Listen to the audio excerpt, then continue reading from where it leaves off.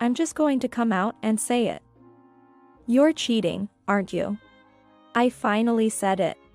Mike's eyes widened in shock, but after a moment of thought, with his eyebrows furrowed, he grinned. So it finally came out, huh? Well, yeah, I've been pretty free.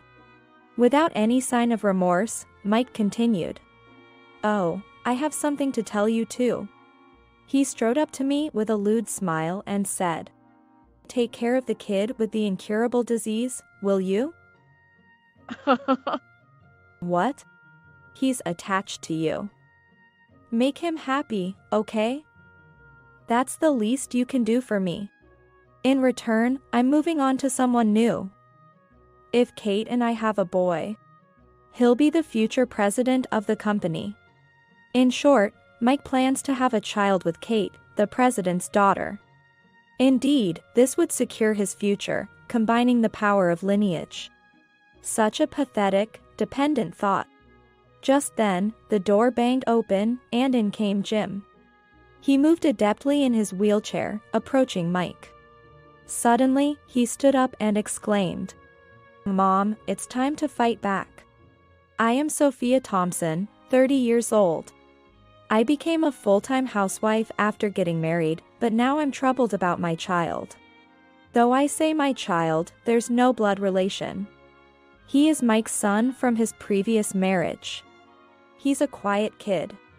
Mike brought the child the day after we registered our marriage. I knew Mike was divorced, but I had no idea he had a child, let alone one he was raising. I don't know what to say. I was bewildered, but Mike replied without any guilt. No, really, he's so calm. He's 3 years old and not troublesome at all. Looking at the 3-year-old child, he gazed back at me curiously. His innocent face stirred indescribable feelings within me. His name is Jim. Say hi to your new mom, Jim. Encouraged by Mike, Jim looked up and bowed slightly. Mom. Yeah, it's a surprise, but that's how it is. Take care of him. I am weak-willed, as embarrassing as it is to admit. If Jim hadn't been there, maybe I could have protested. But I couldn't say a word against Mike with Jim's big, curious eyes on me. So, I became a mother to a 3-year-old as soon as I got married. I had wanted children eventually, but never imagined I'd become a mother so suddenly. True to Mike's words, Jim was a very good kid. He ate whatever was given and never threw tantrums. A well-behaved child indeed. He really is well-behaved. Mike said, right?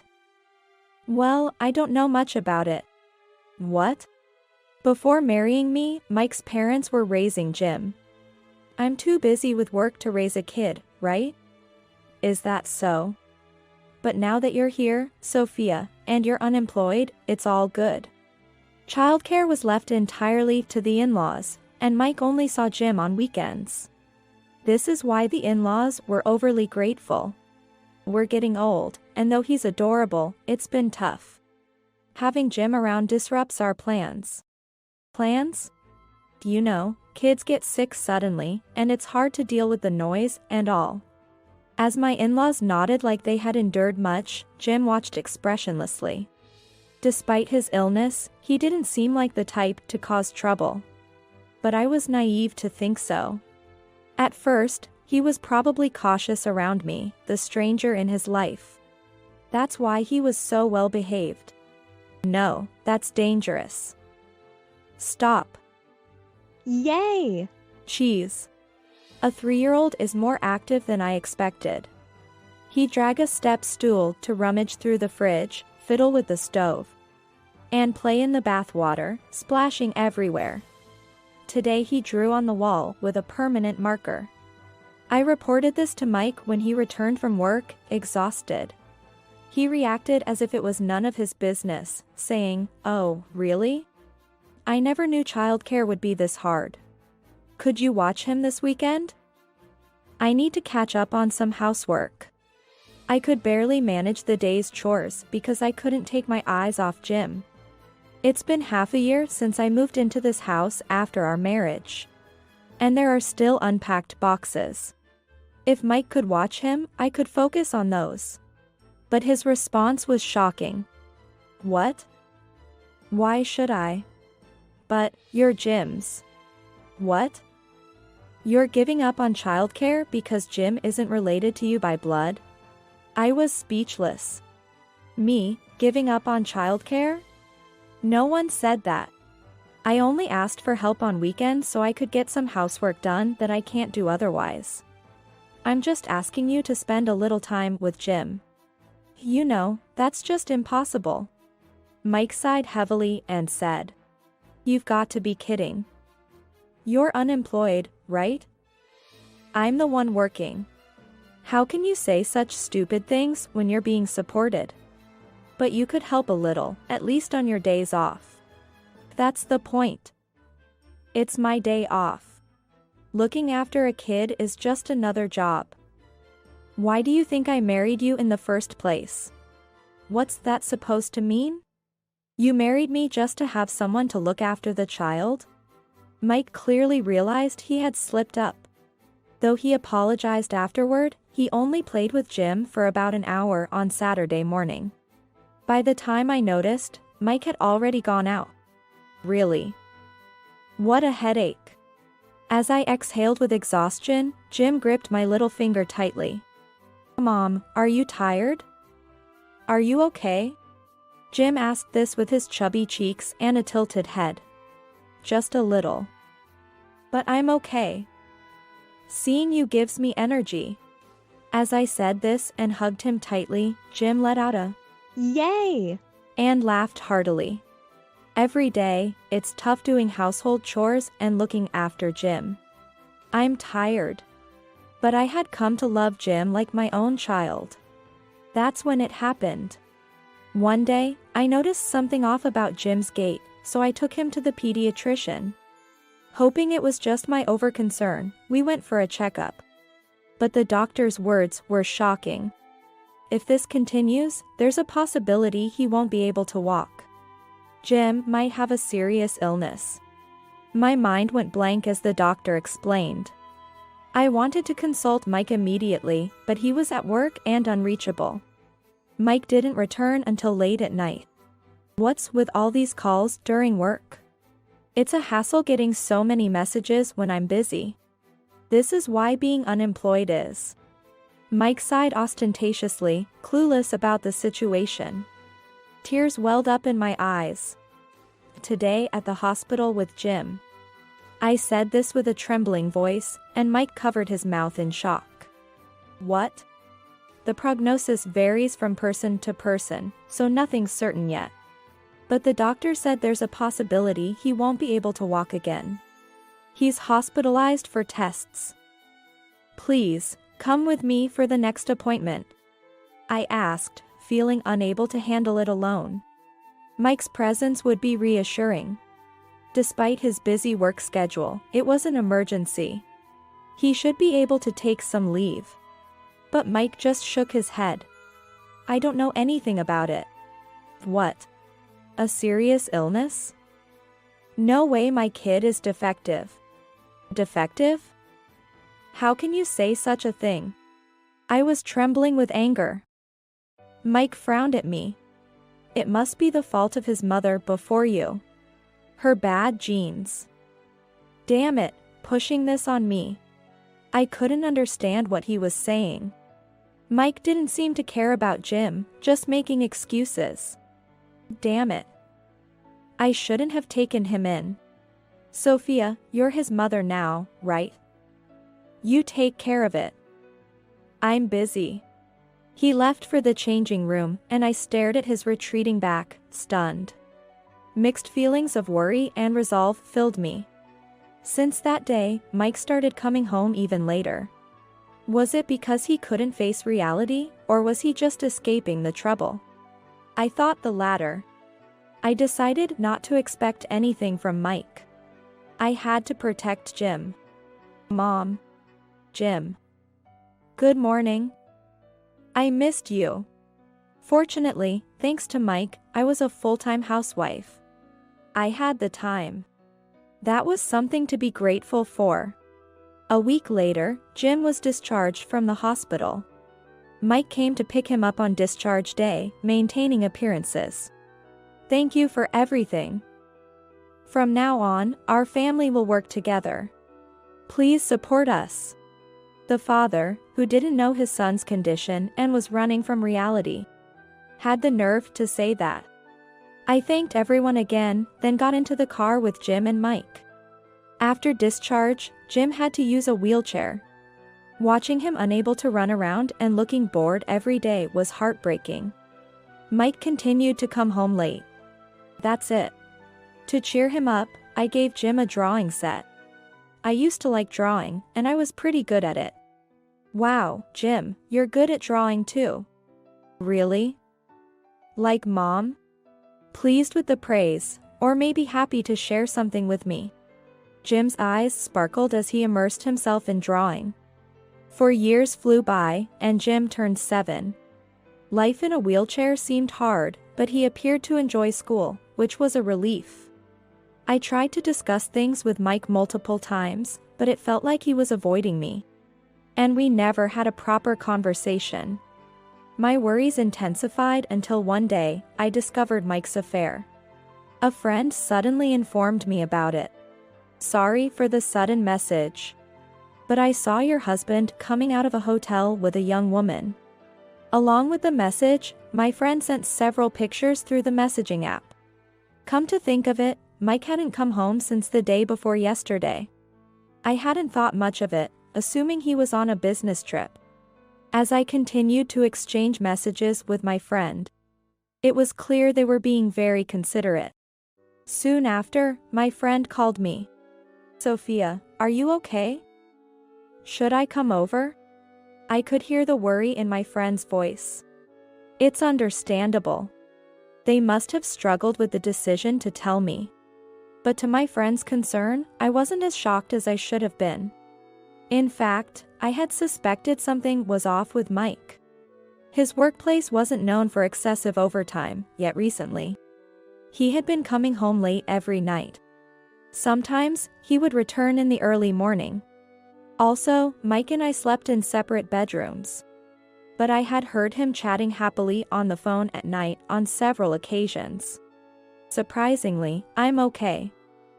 This gives me the upper hand in a divorce. Let me know if there's anything I can do to help. Yes, thank you. After hanging up, I was suddenly overwhelmed with despair. Realizing that what was once a gray area is now undoubtedly true makes you feel like this. A dark feeling swirled inside me. More than being shocked about the affair, I was shocked that Mike was enjoying his freedom while I was struggling alone. While I was grappling with my worries and crying over Jim's condition, Mike was happily spending time with another woman. Thinking about this brought tears of a different kind. Jim is so dear and loved. With that comes endless responsibility and pressure every day. Trying not to let my struggles show, I've been keeping up appearances. And this is the result. Such a betrayal. What should I do now? Pretend I don't know and continue living like this? Or confront the affair and go for a divorce? Which would be better for Jim? The more I thought, the more overwhelmed I felt, and tears streamed down my face. My vision blurred. Maybe that's why I didn't notice Jim entering the room. Mom. Are you crying? Oh. Jim, this is nothing. Is it someone? Did Dad do something to you? Why would you think that? I've always been careful not to badmouth Mike in front of Jim or vent any frustrations. Because Dad doesn't like me, right? So, I thought he must have done something to you, Mom. And I didn't tell you, but I saw Dad on a date with another woman. They looked happy. I saw them once. Jim said this, looking down. I hugged him tightly, realizing he'd been carrying these thoughts. This isn't just my problem anymore. I need to face it head-on. Do you like Dad, Jim? Jim hesitated a bit before answering timidly. I like Mom. I see. Mom loves you very much too. From that moment, I began to take steps toward divorce. I hired a private investigator and started gathering evidence against the affair to strengthen my case. Everything was prepared smoothly. I decided to confront Mike the day he returned. It seemed he had come home a few times, but I never encountered him.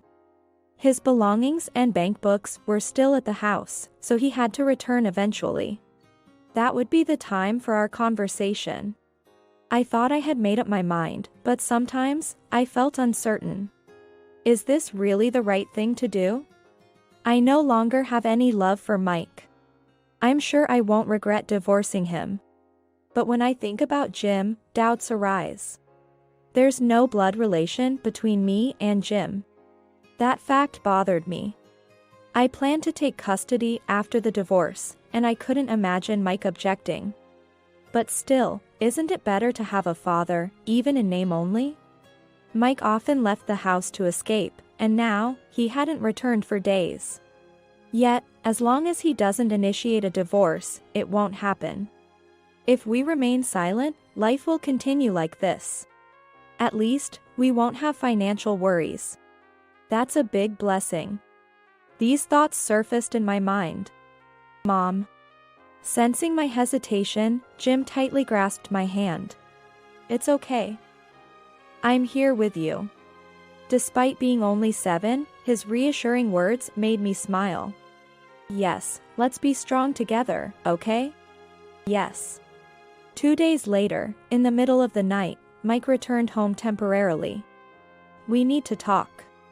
The next day, when Mike woke up before noon, I initiated the conversation. What? Talk about what? It's probably something annoying, right? I just got back. Give me a break. Mike yawned widely. I took a deep breath and looked at him squarely. I'm going to be direct. You're having an affair, aren't you? Mike's eyes widened in shock, but after a moment of thought, he smirked. So it's finally out, huh? Yeah. I've been pretty free. So you admit it? Yeah. And by the looks of it, you're planning to divorce me, right? If you have the divorce papers, bring them out. I'll sign them right away. I didn't expect him to cling, but neither did I anticipate him admitting so readily. Surprised by my reaction, Mike's smile grew wider. Thought I'd be more upset, huh? Yes, I didn't expect you to admit it so easily. Well, I'm at ease now. My current soulmate is the president's daughter? Wow, you've done your homework. Impressive, Sophia. Mike clapped his hands exaggeratedly, feigning surprise. Yeah. We met through work. She's a so-called president's daughter and even said she'd pay any compensation to be with me. I wondered if he was trying to escape, but I refrained from pressing further. Is that so? That's convenient for us. By the way, I need to confirm something. Oh, I also have something I want to tell you. He walked up to me with a sly smile and said, Good luck taking care of the sick brat. What? He's attached to you. Take care of him. That's the least you can do for me. In return, I'm moving on to someone new. If Kate and I have a boy, he'll be the future president.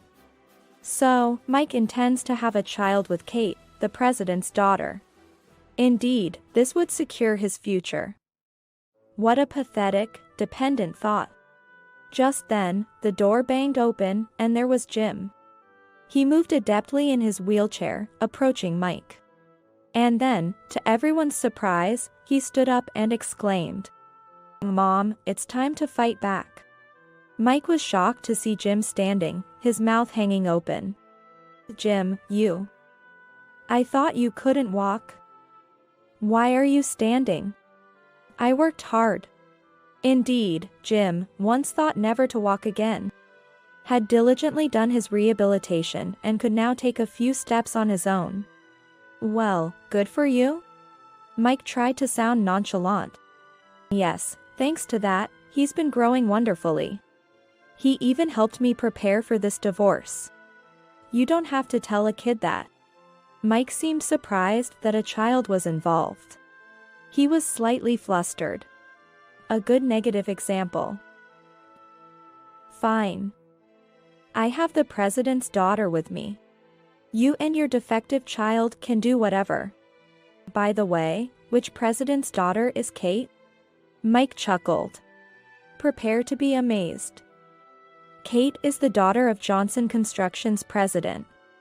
Johnson Construction is one of the biggest companies around here. It's understandable why he would be so proud. However, Mike was making a big mistake, unaware of the truth. Unknowingly, Mike puffed out his chest, looking smug. I feigned ignorance and asked. Johnson Construction. That's impressive. I'm shocked. Right.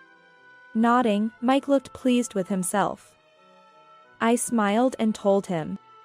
I never knew your preference was that way. I'm sorry for not realizing it before. What? Confused, Mike looked bewildered. I continued. That you're not interested in women, but in men. What? Kate is a girl. That's strange. There's no daughter in the Johnson Construction family. That can't be. You're lying. Just wait and see. Despite his bravado, Mike seemed panicked. He took out his phone and started calling someone, shaking. It was Kate. Mike kindly switched the call to speakerphone, making the entire conversation audible. Hey, Kate. I just heard something unbelievable. Sorry to ask something weird, but you're a girl, right? Mike asked nervously.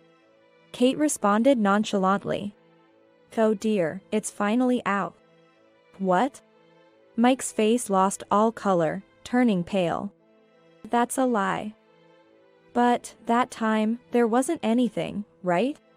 He was trying to ask something about a certain body part.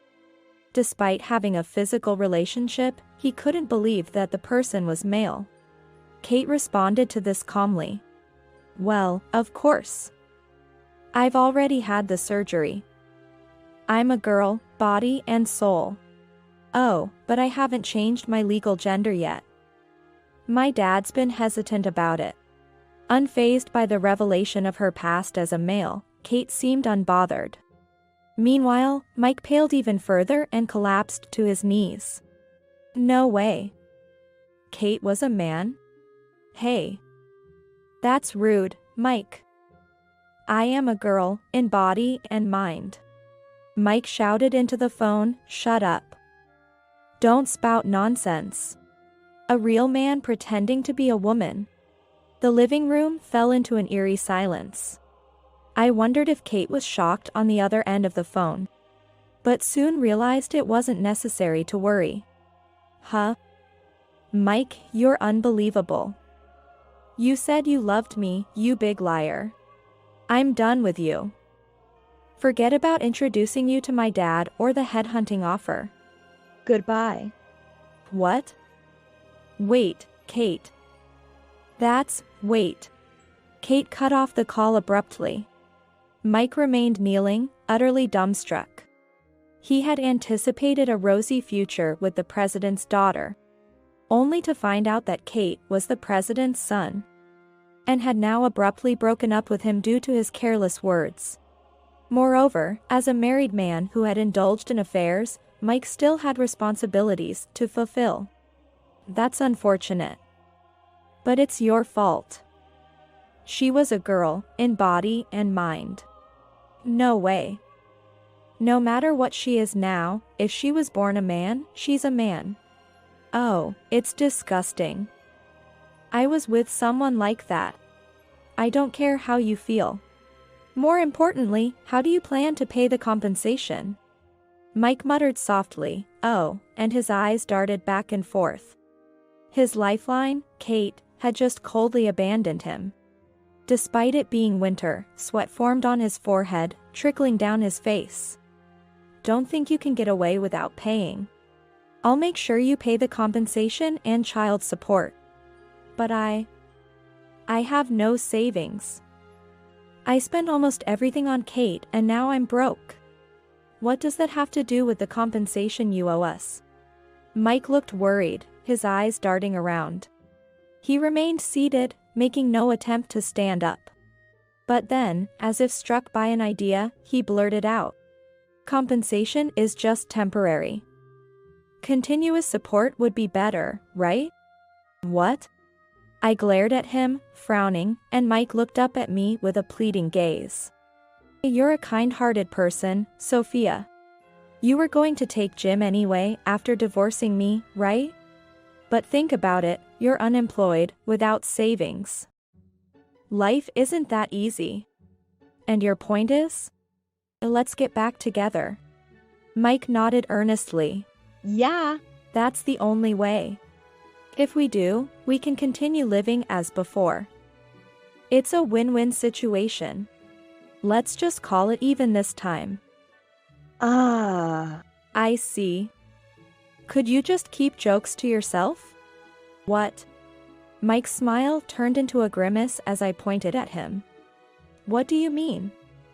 Why am I being blamed? You're the one who cheated and squandered the savings, not me. Don't trivialize this. But you're a housewife without any significant qualifications. You won't find a job easily. Wouldn't it be better to get back together with me? No need to worry, I've already found a job. Mike looked dumbfounded. Thanks to Jim. What do you mean? My drawing videos are super popular. Jim, excitedly showing Mike the tablet. Displayed were a young hand and a pleasant voice, along with warm drawings.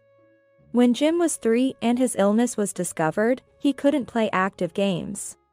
Wanting to provide some enjoyment, I introduced him to drawing. A pastime I loved as a child. I was often praised for my skill, but Jim surpassed me. His drawings weren't just skillful, they were unique and full of character. Most importantly, he looked truly happy while drawing. Wanting to share this joy, I casually filmed him and uploaded it to social media, making sure his face wasn't visible. A celebrity noticed and shared it, and Jim's drawing videos quickly spread. Recently, we started earning from advertisements. My video editing skills, initially just a hobby, improved with daily practice. Now, I even take on editing jobs for others. Jim's drawing videos are just a hobby. If he wants to stop, we will. But I plan to study more and take on more editing work. I'll get more clients that way. So, you don't need to worry about us. Why didn't you tell me Jim was making so much money? If I had known, I would have. Knowing you, you'd get dazzled by money and make Jim do things he shouldn't. That's what I couldn't stand. That must have hit a nerve. Mike clenched his back teeth, glaring at me resentfully. Besides, when I talked to my parents about it, they supported me too. Even without your help, I have plenty of people I can rely on. But, Mike staggered to his feet and grabbed Jim's shoulder. Jim, you want to live with Dad, right? The real family is with Dad, right? Right? Jim stared into Mike's eyes for a moment, then slowly shook his head and gently removed Mike's hand from his shoulder. I'm fine with just Mom. She's always been there to help me. When I was scared and couldn't sleep, when I had bad times and good times, Mom was always there to listen. But Jim, you and Sophia are not related by blood. Your real family is me. And you ran away when I was in pain? And you call yourself a father? Mike recoiled under Jim's steady gaze. Jim. But, I care about you. You've been annoying since a while ago. Besides, I'm already in elementary school.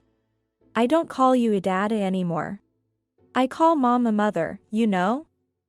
You don't know even that, and you say you're my father? Jim, but You should have just stayed happy with Kate. Even if she was a man, it's rare to find someone who would like you. Rejected so outrightly, Mike had no ground to stand on.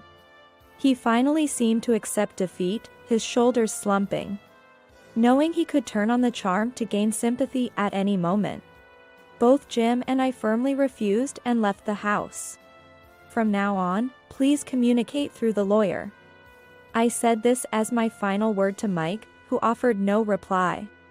Knowing that Jim was earning money, Mike predictably refused to back down from the divorce. Jim is my precious son. We share blood. Why should we live apart?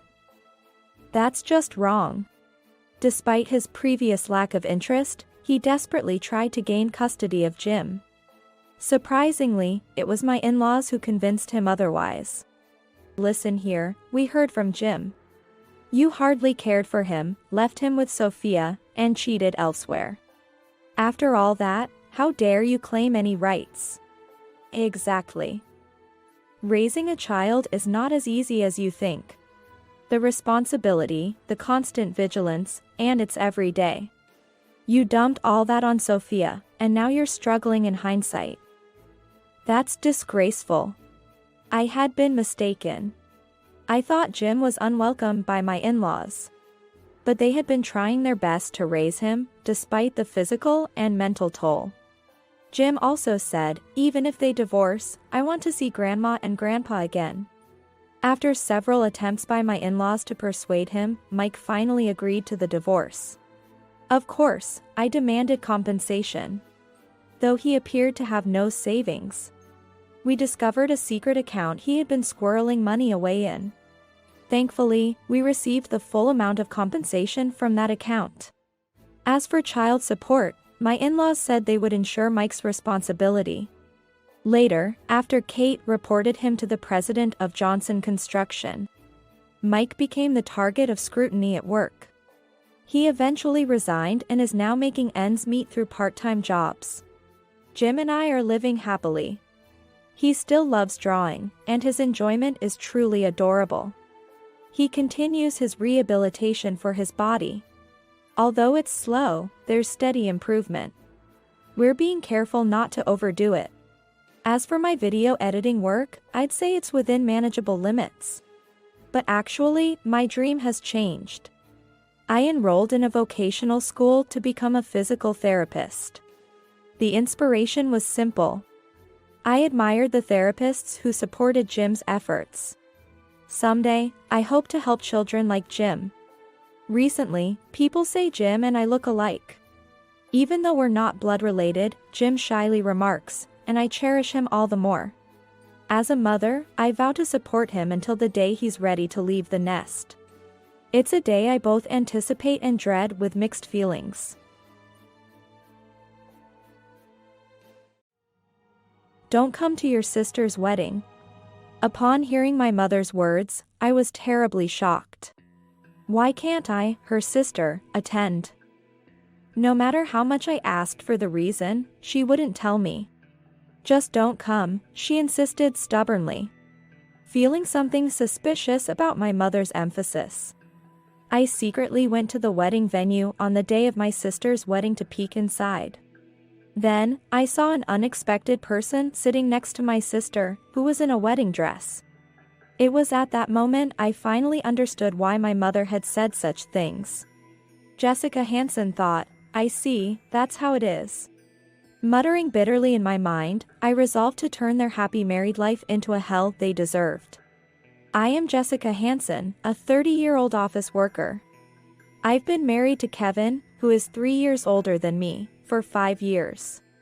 His father is a wealthy businessman who runs several companies. And Kevin was in charge of one of the subsidiaries. His work has been very busy, especially in the last 2 years. And he hardly comes home half the week. Despite this, the business hasn't been doing well, and our income has decreased. Especially since last year, it's almost like working for free. The only way to secure the salaries of the employees is to reduce my share as a manager. He said painfully, leaving me no choice but to agree. Fortunately, I was doing quite well in a large corporation, so I was able to support our livelihood.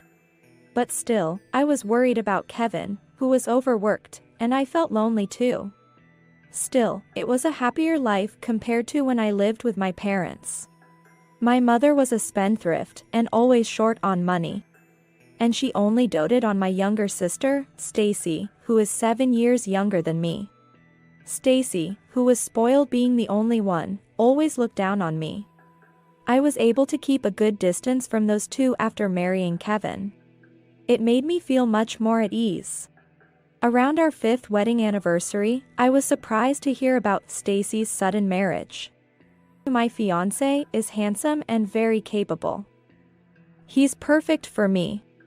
She said this proudly, telling me the date and venue of the wedding. But it wasn't to invite me as family. It seemed more like she just wanted to brag about how big the venue was. And how many people she was inviting. I don't plan to invite you, sister. It's embarrassing to have a plain and unfashionable woman as a sister. I was confused because I had attended my sister's wedding. And it seemed natural for a sister to celebrate her sibling's marriage. We weren't exactly close, but I couldn't accept it right away. But if the main person, Stacy, didn't invite me, I couldn't attend. I seriously wondered if all I could do was send a congratulatory telegram. That's when I received a call from my mother. You must absolutely not come to the wedding. Understand? I was terribly shocked by her words, emphasizing the point. Considering my mother's vanity, I thought she wouldn't like it if the real sister was absent in front of other guests.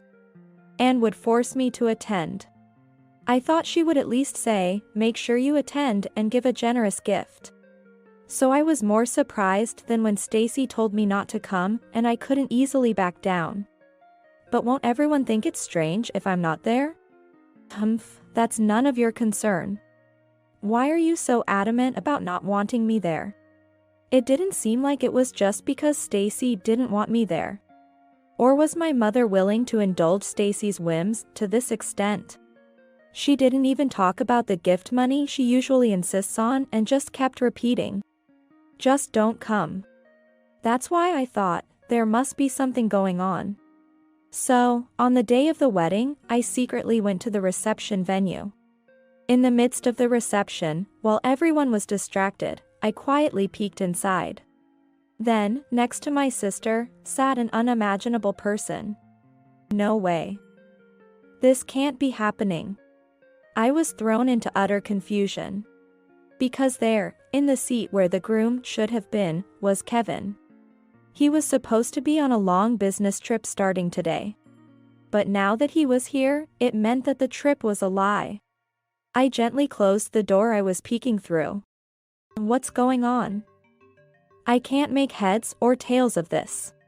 The only thing I understood was that, somehow, my sister Stacy's husband was my own husband, Kevin. It made sense why I didn't know Stacy had a boyfriend until the wedding talk. If the person was Kevin. Reflecting back, her boasting about her partner being perfect for her probably meant she found herself more suited for Kevin than me. Stacy had been bragging about a luxurious honeymoon. So Kevin was supposed to go on a 2-week trip abroad with her. His claim of a long business trip was undoubtedly a cover for this. Realizing this, I understood why Kevin had been coming home less often recently. Not because of work, but due to his affair with Stacy. So, Mom told me not to come to the wedding to hide this. Though my mother always favored Stacy. I was shocked to think that she would go to the extent of arranging a marriage like this. At the same time, I felt anger and disgust towards Stacy for stealing my husband. And towards Kevin for betraying his wife with her sister.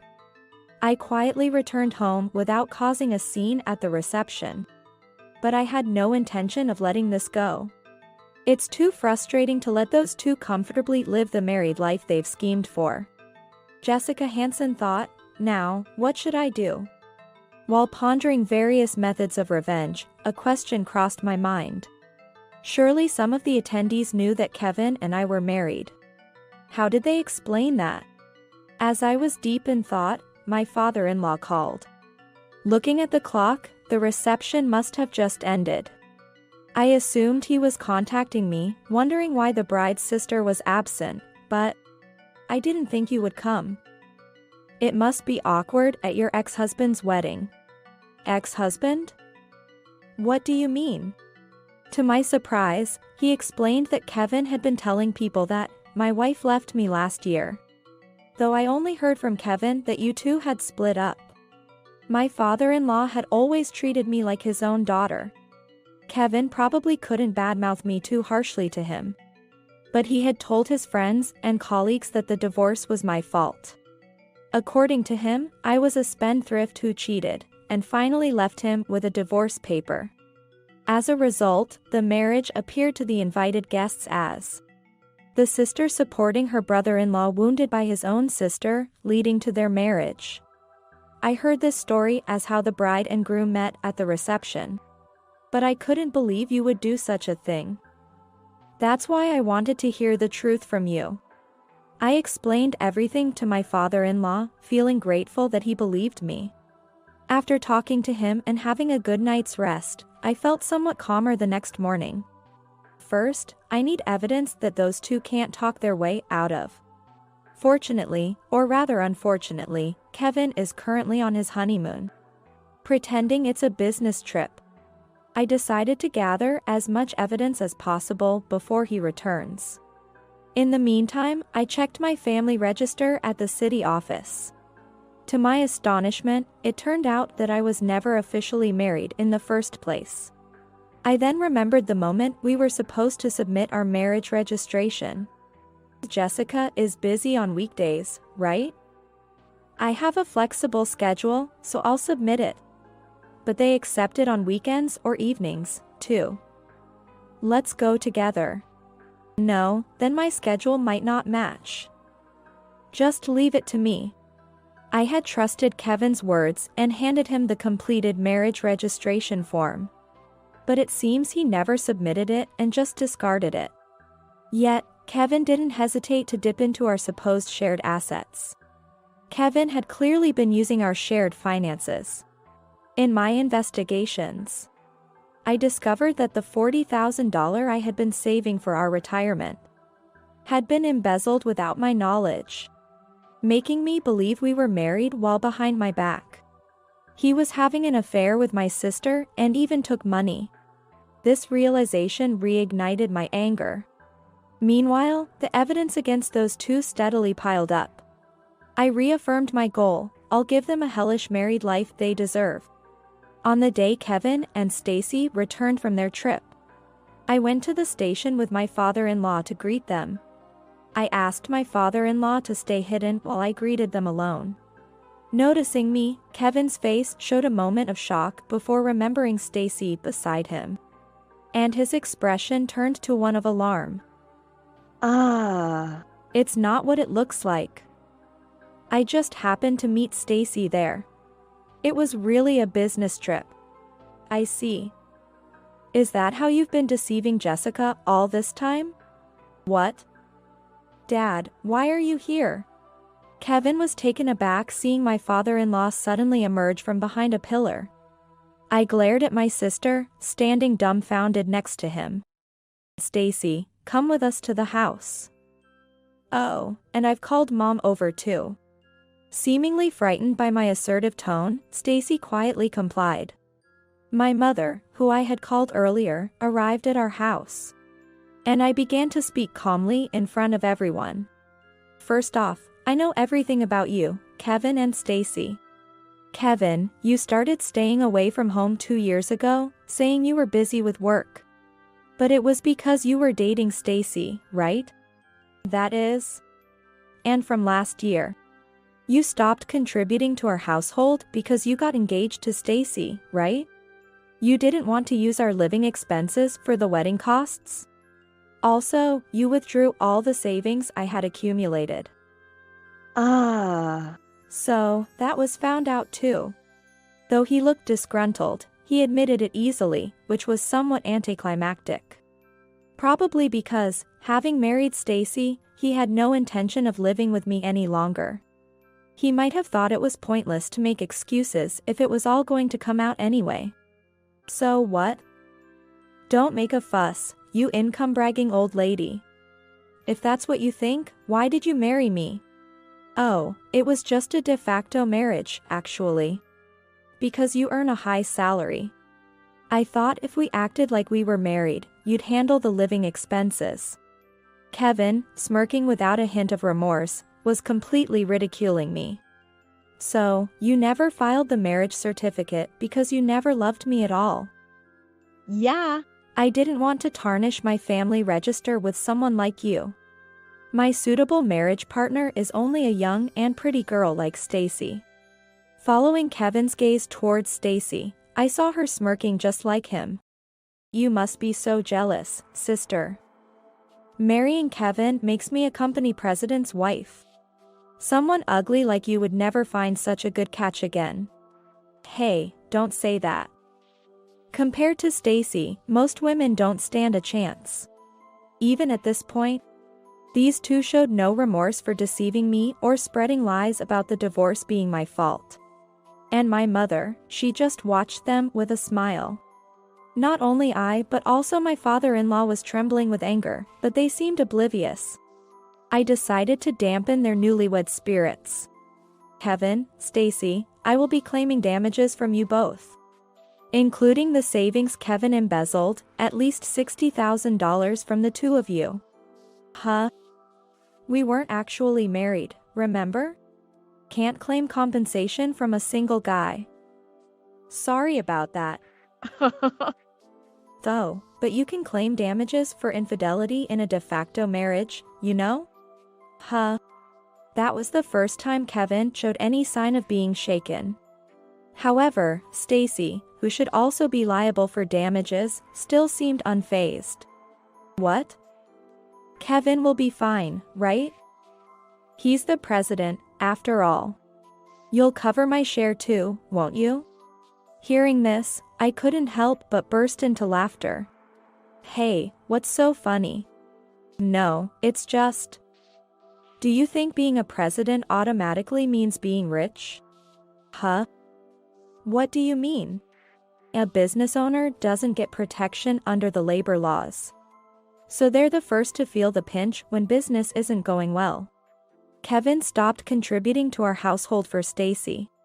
But the excuse of business difficulties he used was actually true. The subsidiary Kevin managed was the smallest. And its profits had been decreasing since he took over. My father-in-law had been watching the situation. And was feeling it was time to merge it with another subsidiary. So, in reality, as a rising star in a big corporation, I was the one earning more. And I had always been the main breadwinner, not Kevin. Also, Kevin, you're in debt, aren't you? How did you know that? Stacy was bragging about the lavish wedding and luxurious honeymoon. But the savings you withdrew from my account wouldn't cover all that, right? You had to borrow money. So, Kevin was in a tough spot. Not just with paying for Stacy, but even struggling to cover his own damages. As Kevin reluctantly nodded, both Stacy and my mother turned pale. No way. Is Kevin actually poor? I thought I'd live a life of luxury as a company president's wife. Exactly. You promised to take care of my debts too when you married Stacy. Did you lie? Apparently, my mother had agreed to Stacy's marriage for the money. No, it's not a lie. I'll inherit my father's fortune eventually. Then I can pay off the debts and damages. I was speechless in disbelief. Kevin was counting on his father's inheritance. Even though my father-in-law was still in his 50s and healthy. Unlike me, my father-in-law didn't just stand there in dismay. You. After all you've done to Jessica. You still don't take responsibility and instead rely on someone else's wealth. I won't let someone like you inherit anything. The three of them were stunned by my father-in-law's fury. Especially Kevin, who had been counting on his father's assets, looked even more distressed. Wait, Jessica. You're kind, you'll help me, right? The damages are just a joke, right? We're a couple. You were the one who didn't file the marriage certificate. Besides, your wife is Stacy. It would be sad to get confused, wouldn't it? But, after 5 years together, you can't just abandon me. Mother and Stacy also clung to me, saying, but we're family. Even as they cried and pleaded, I couldn't bring myself to forgive them. And my resolve was evident to the three, who eventually slumped in defeat. After that, the two who were supposed to have a happy life became overworked trying to pay off Kevin's debts and the damages to me. Far from a sweet married life, they were constantly fighting. My mother, too, had to work multiple jobs, day and night, even as she approached 60, to pay off her own debts. As for me, living alone, I was enjoying a comfortable life, using my earnings solely for myself. I occasionally kept in touch with my father-in-law, living my life at my own pace. I am Ashley, a 27-year-old office worker. I just got married 6 months ago. I met my husband Steve at a barbecue party hosted by a couple who were colleagues at work. At that party, a colleague had invited female friends from the office, and her boyfriend gathered his friends from his student days. Looking back, it seems that it was arranged as an opportunity to meet people. My family is quite strict, my father being the president of a company. We had a curfew until I was in high school. I had never been to a mixer and felt awkward in places where there were lots of people or men. On that day, I was mostly talking to my female colleagues when Steve first approached me. Ashley, the meat is ready over here. You haven't eaten much, have you? Don't be shy, here you go. He had such an easygoing manner that made it easy to talk to him, and we quickly hit it off. Thanks to his ability to enliven the atmosphere, I found myself naturally joining the group and the day flew by enjoyably. The next day after he asked for my contact information, I received a message saying, "Yesterday was fun. I'd like to meet you alone next time." When I bravely replied, "Me too." He called right away, saying, "Really? I'm so happy. When should we meet? Where do you want to go?" My heart fluttered with excitement.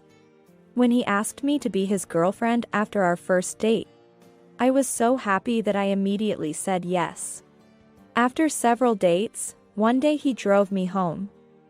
When we reached my house, he seemed surprised. "I heard at the barbecue that you were from a well-to-do family. But this is an amazing place. Is your father the president of a company?" "Yes, kind of." "Do you know the Bradley Group?" "Bradley. Of course, I know it. Everyone does." "Wow, so you are the daughter of such a big company's president." "I'm not really a daughter of a president type. I wonder if I'm good enough to be with someone like you. If you have a fiancé, please tell me sooner." He was serious when he said that. "What are you talking about? I don't have anyone like that. And I want to marry someone I love. I have a brother and a younger brother, so I'm not going to take over the family business." "Really? Really?" Our relationship continued smoothly even after he knew about my family background. About a year later, he proposed, and after introducing him to my parents, we got married. He's been kind even after marriage. About a month ago, my mother Sophia called to say that my father John was not feeling well and was going for a checkup. At that time, we didn't know the test results yet. My father was saying, "Sorry to worry you. I'm just tired from being busy lately," with a smile. But that weekend, we were called to gather at my parents' house. My brother's family, me and my husband, and my unmarried younger brother. It had been since our wedding that we all gathered like this. A bad feeling crossed my mind, and sadly, it was correct. My father had cancer that had metastasized and it was too late for surgery. I was surprised. They told me the test results would be in a week, but actually, they called me the next day. I received a prognosis of my remaining life. My father talked bravely, and my mother was trying to hold back tears beside him. That's so. I couldn't stop crying, and my husband gently put his hand on my shoulder. My brother and younger brother also looked incredulous and were at a loss for words. But I'm not dying tomorrow. There are many things I must do, both for the house and as the head of the company. I need your help. This seemed mainly directed at my brother and Steve. My father addressed my husband, who was comforting me. I'm sorry to burden you with this, especially since you're newlyweds. Please take good care of Ashley. Of course, John. I'll do anything I can. Just let me know. Hearing their words, I cried again. My father chose to receive palliative care at home instead of being hospitalized. Fortunately, the medication worked well, and for a while, he was able to move around more than being in bed, as my mother said. It's hard to believe he's seriously ill. My father, with the help of his secretary, executives, and lawyer, proceeded to handle what needed to be done. My mother was devoted, and my brothers supported my father both personally and professionally. My older brother, who is the heir, had built a house near our parents' house after getting married. And my unmarried younger brother still lived at home. I tried to visit my parents' house as often as possible after work, and always rushed there on weekends. My husband also came with me on weekends and on weekdays when I went to my parents' house. He would tell me not to bother cooking dinner. I was grateful for his support. One day, when I returned home after visiting my parents, my husband was already home, and I heard him talking in the living room. Maybe a phone call? I quietly entered the living room. So, probably soon. He won't last much longer. I thought I heard that and my heart pounded. What was that? What does it mean? Surprised to see me, my husband quickly hung up the phone. Oh, you're back? Welcome home. I'm home. Hey, who were you talking to? What about? You weren't talking about my dad, were you? What are you talking about? Of course not. I was talking to a friend about a game. Remember, that gamer guy? But I heard something about not lasting much longer. He's in a gaming tournament. He's having a tough time. The opponent's items are running out, and it's getting risky. I see. Sorry, I really got shocked thinking you were talking about my dad. Ashley. My husband gently grabbed my shoulder. I'd be sad to be misunderstood like that. I'm worried about your father too. And I'm still wondering if there's any way to cure him, he said with a serious face. Right, I'm sorry, Steve. You're always so kind. I guess I was feeling down after visiting my dad. I haven't had much appetite lately. I see. Sorry, I can't do much to ease your pain. But it's not good to always look so down.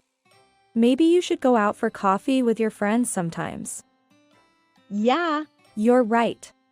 I felt relieved by his demeanor and felt sorry for doubting such a kind man.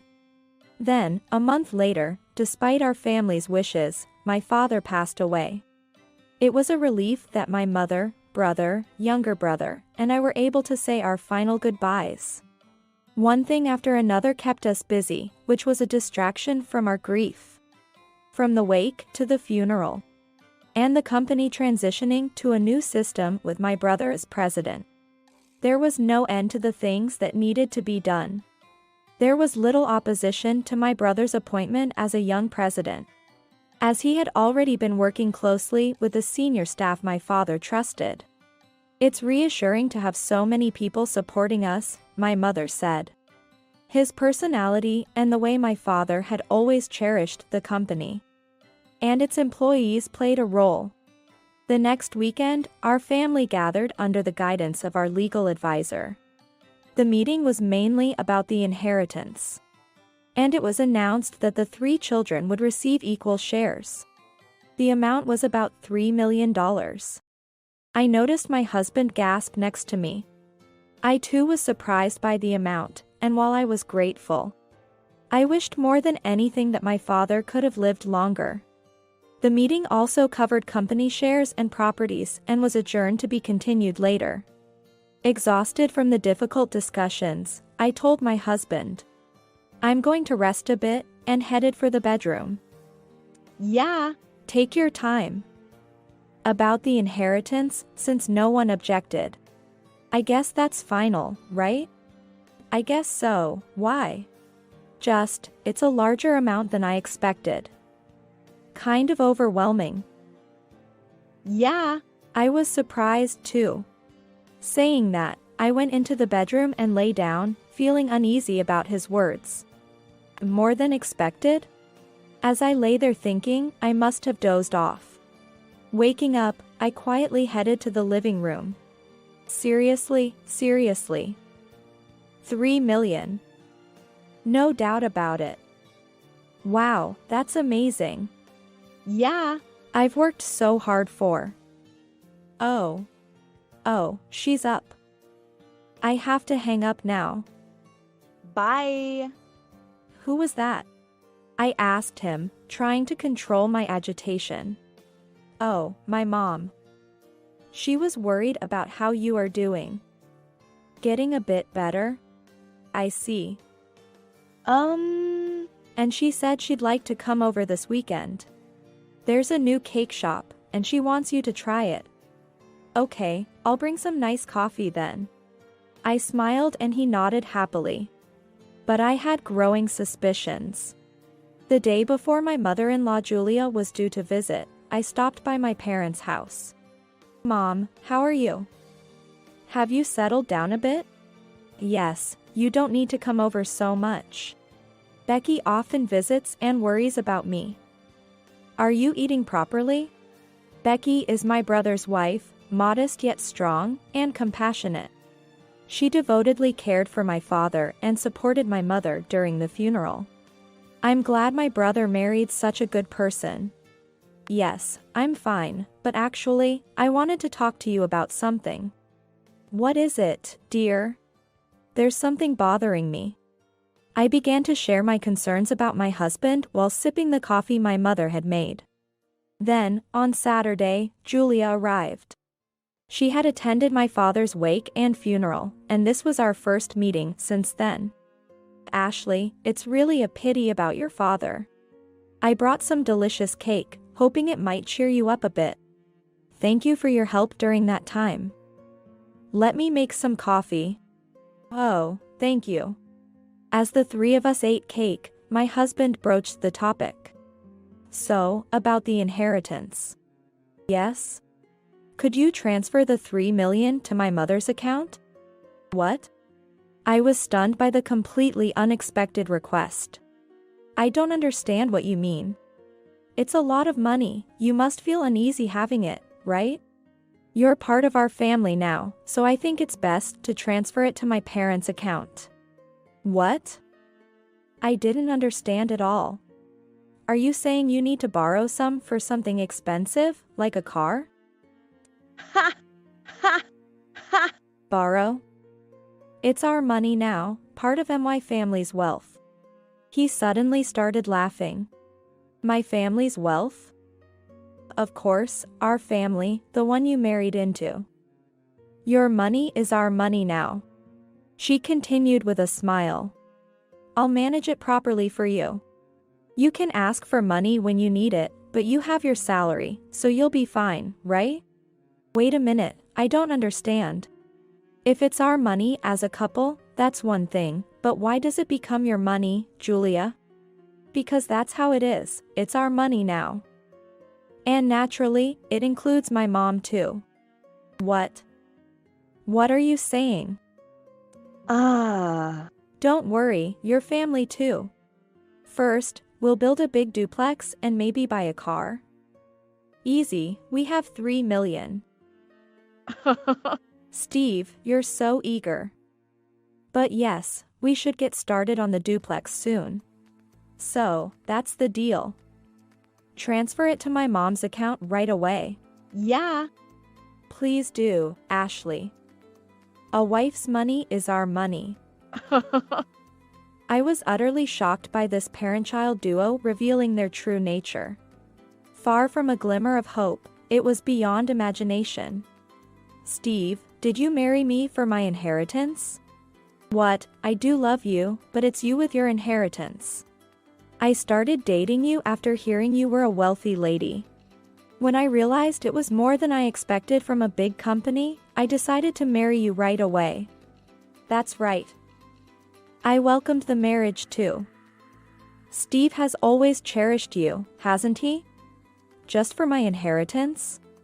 Don't look so scared. Once you marry into the husband's family, it's natural to hand over your inheritance. Well, it was lucky he got sick right after getting married. I was really surprised. I thought it would be a long time before I hit the jackpot, but he went to heaven so soon. How could you? You were hoping for my father to pass away? I couldn't stop trembling. It's not our fault he got cancer. There's nothing we could do if he's not going to make it. We just prayed for him to find peace soon. Yes, it's better for him to pass on quickly and leave the inheritance to his children than to suffer for a long time. Steve had always treated me well.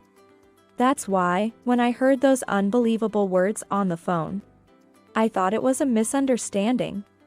It was all an act. At that time, a seed of doubt had already been planted in me. I thought it was natural for someone marrying into a wealthy family to be a bit excited and expect some luxury. But this was beyond that. Unforgivable, these heartless people. Holding back my rising anger, I said, "First of all, the money hasn't even been deposited into my account yet. It will take about another week for the procedure. I can't transfer it yet." I thought it was already there. Hurry up, okay? Well, but it seems like you understand, Ashley. Smart girl. Once the money comes in, hand it over to me and leave the rest to me. Yeah. I'll give you the account details later. Transfer it immediately. Saying that, my husband, whom I no longer wanted to call my husband, tried to embrace me. I slipped away from Steve's hand and managed to keep my composure. Come again next week. When I said that, Julia left with a "got it" and a smile. And then the day came. I was going to let this greedy parent-child duo know the full extent of their ugliness. Julia invited herself to my house and sat down. She immediately spoke. Ashley, did the 3 million come in? Did you transfer it to my account? Let's celebrate with sushi or steak tonight. Oh, that sounds wonderful. With 3 million coming in, I'll treat you today, Steve. Both were in high spirits. Of course, they thought they were getting 3 million. Little did they know everything was about to be turned upside down. Then, let me report. I smiled calmly. The renunciation of inheritance has been completed. What? Perfectly in sync, their voices harmonized. Their faces were identical in shock. What did you say? Renunciation of inheritance. Yes, I renounced the inheritance. Stop joking. You wouldn't do such a foolish thing. Exactly. Who in the world would willingly give up 3 million? Well, normally, yes. People usually renounce inheritance in cases of more debt than assets. Right, it's unthinkable to not inherit when there's no debt. Julia screeched like a banshee. Scary indeed. Oh, you didn't know? It's not that unusual for self-employed inheritors to renounce inheritance. To pass on the property to a specific heir for long-term stable management. Decisions for the future, you know. What? How could you? They seemed speechless. Well, of course, these greedy two wouldn't think of giving away money to someone else. In our case, it's my brother who has to take over my father's business so soon. I plan to support him as his sister. But giving away the inheritance is absurd. You're being fooled, Ashley. You're just being used by your brother and his wife. Exactly.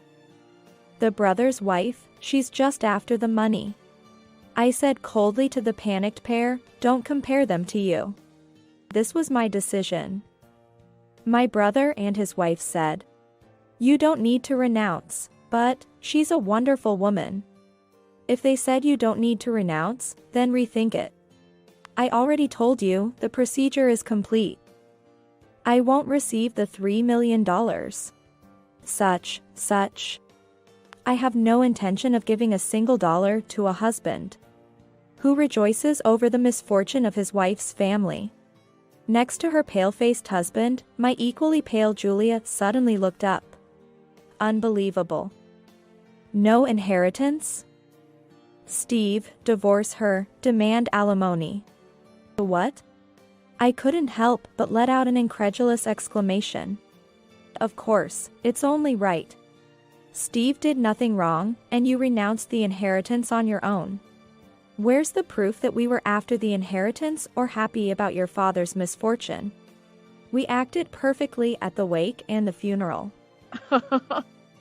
Such a smooth talker. And she just admitted to acting. Proof? You just said it, didn't you? But no one else knows, only you. Stop this foolish renunciation and apologize. Then we won't divorce you. Suddenly, an angry voice echoed in the living room. You're the one who should be apologizing. The calm voice of a man sounded, and surprised Julia froze. Mike. Why are you here? Dad. What? Steve was also shocked. There stood Steve's father, Mike. I made eye contact with my mother, who was behind him, and nodded. You've always been vain. I was happy when Steve married Ashley. But I never thought you were such a person. I couldn't believe it until I heard it with my own ears. Steve, you too. Mike looked genuinely pained. What? Both Julia and Steve were flustered. You came here last week to talk nonsense about getting Ashley's inheritance. I heard the entire conversation. What? Everything has been recorded, even today's conversation. What? How is that possible? Steve shouted at me. You got flustered several times when I overheard your phone calls. You thought you had fooled me, but I won't be deceived so easily. So, when I heard your mother was coming, I set my phone to record the conversation. Indeed, the day before Julia arrived. I had stopped by my parents' house and consulted with my mother and a lawyer. My mother was shocked, saying, such a thing couldn't be possible. But the reality was much worse. And I decided to renounce the inheritance and started the procedures immediately on Monday. Then I contacted Mike, who was shocked at his wife and son's actions and apologized profusely. I can no longer live with someone like you. You, what are you saying? This is a misunderstanding. Mr. Bradley was humble despite being the president of a large company. I was proud to be his friend and family, but this. I'm deeply ashamed and have no way to apologize. Mike apologized deeply to me. I'm truly sorry, Ashley. You can divorce right away. I won't let her talk nonsense about compensation or anything. Hey, Dad. Quiet. Don't open your mouth any further, you shameless man. If you have complaints, let's show today's and last week's recordings to your workplace and all our relatives. Mike took the cool moment at the end. But that's okay. When I talked to him with my mother, Mike wept, truly sorry for what happened to my father. Steve and Julia, speechless, gaping, I said to them, "That's the situation. Please leave." A month later, Steve and I were divorced. The news spread from the couple who introduced us, and Steve soon found himself without friends. He was reportedly transferred to a small sales office far away. Steve's parents also divorced. Julia, who had freely spent her husband's money on luxury goods and dining out, had no choice but to agree to the divorce when she couldn't repay what she had spent. Can't she say she'll work part-time and not divorce? I wondered. Her refusal to change and reconcile with her husband showed her true nature. Well, it's no longer my concern. Mike came to our house to apologize again, asking to visit my father's grave at least on the anniversary of his death. My mother and I, of course, agreed. The inheritance I renounced is being used as capital for the company. My mother, brother, and even my younger brother offered to redistribute their shares to me. Having such a family is more than enough. Dad, I wasn't wrong, was I? Having moved out of the apartment I shared with Steve and returned to my parents' home, I spoke to my father's portrait. It seemed as if he smiled back in the photo, and tears fell from my eyes.